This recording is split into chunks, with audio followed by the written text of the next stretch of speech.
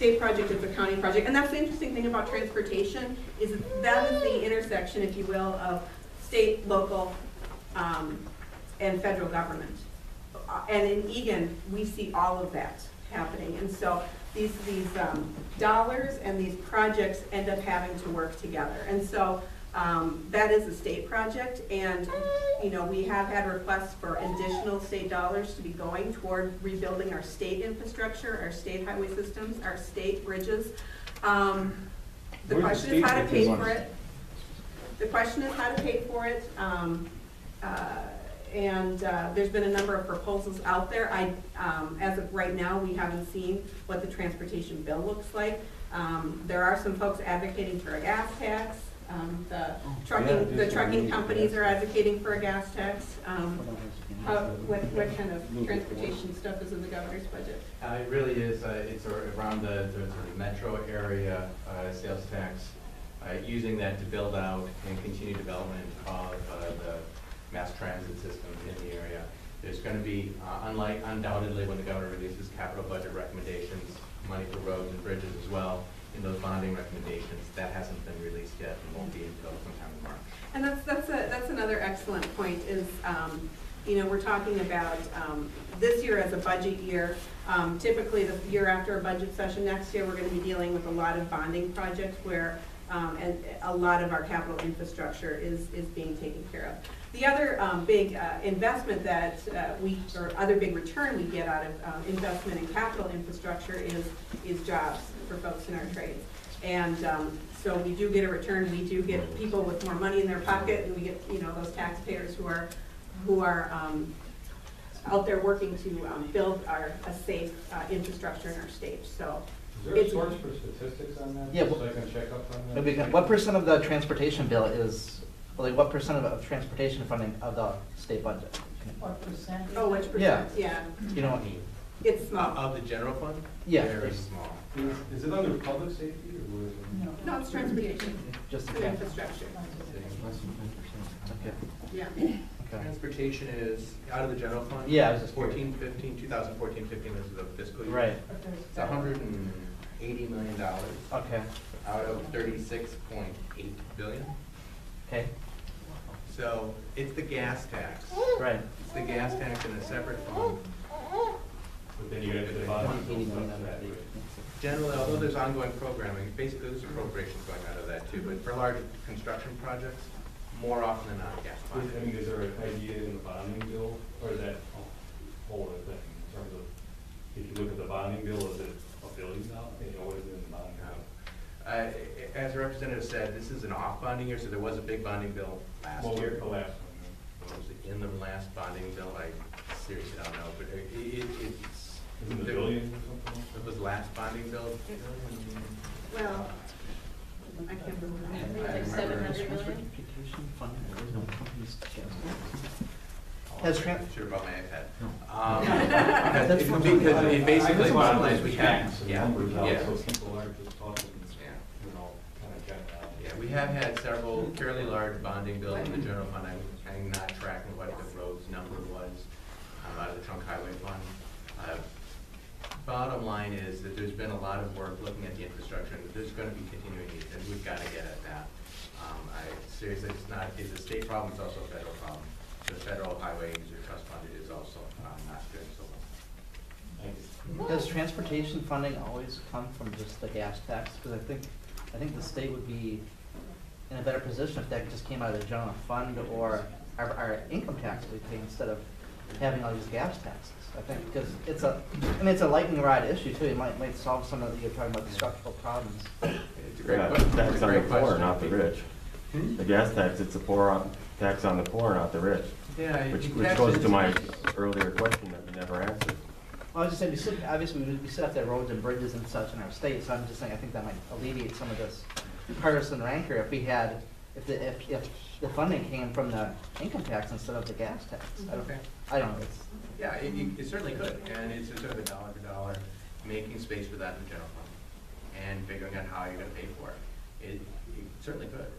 Yeah. The constitutional dedication of the gas tax is kind of a signal that the state at one point in time felt it was important to set that money aside and use it for roads and transportation.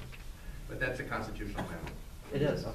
Yep, yep, any dedicated funding that happens Gas actually tax. goes through the institution. That's And so, constitutionally required. all of us as Minnesotans get to vote on those kinds of appropriations. And the trade-off is when you have a dedicated pot of money, it doesn't get touched as the, state needs change.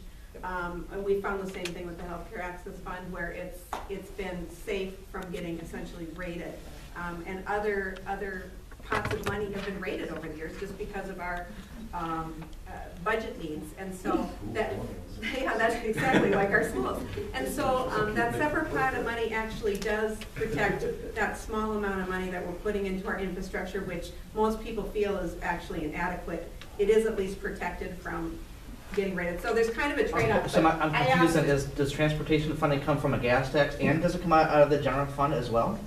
The gas tax and then. No, I understand that the bonding. gas tax constitutionally goes to transportation. But is there other money coming out of the general fund that goes to transportation as well, besides the gas tax? And then the other portion of it is gonna be your local taxes as well, because we've got our county roads and our city roads that kind of are fitting seamlessly through this system. Like I said, Eagan is one of the greatest examples of that. So you've got a lot of your various portions of the tax system is going to transportation, so along with bonding. That said, it's still a very small portion of our state budget. And we've got a note here to kind of to take back about general fund revenue versus the dedicated revenue on that.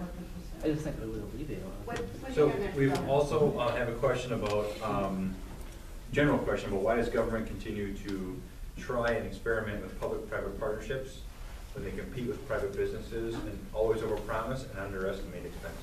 I know it's a broad question, but It's a good question. it's a good question.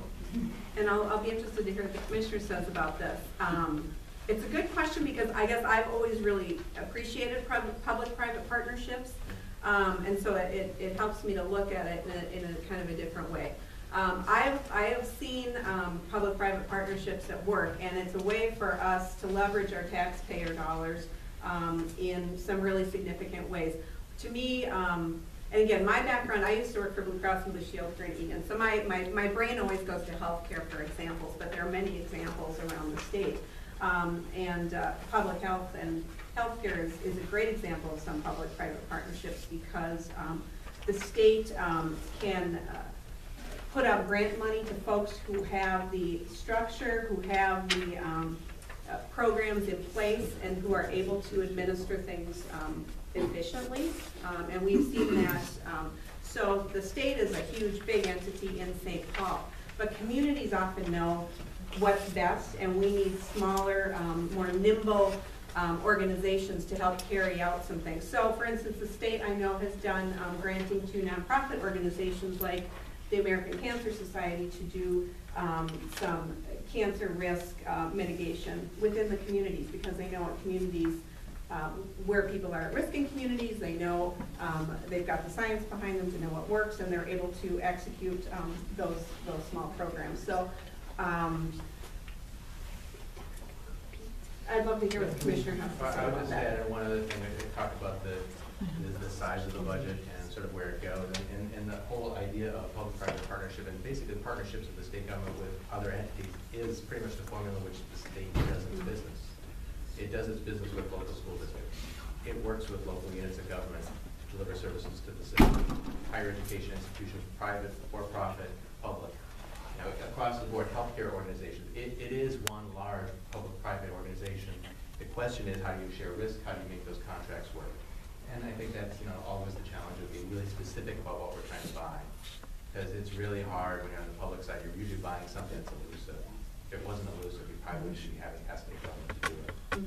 This is my question, and I guess the problem is I used to work in the nonprofit field, and I got out of it, particularly when government started giving money to Blue Shelf to buy food. Blue Shelf response was a private response of people who wanted to do something to help. Now they've muddied the waters. We've made it so it's okay. People go and they get what they need, and people feel okay that they get what they need, and people aren't outraged that this is how they have to be fed. I look at the target, the sports, whatever they're trying to build, the dome. Right, Like, The Viking Stadium?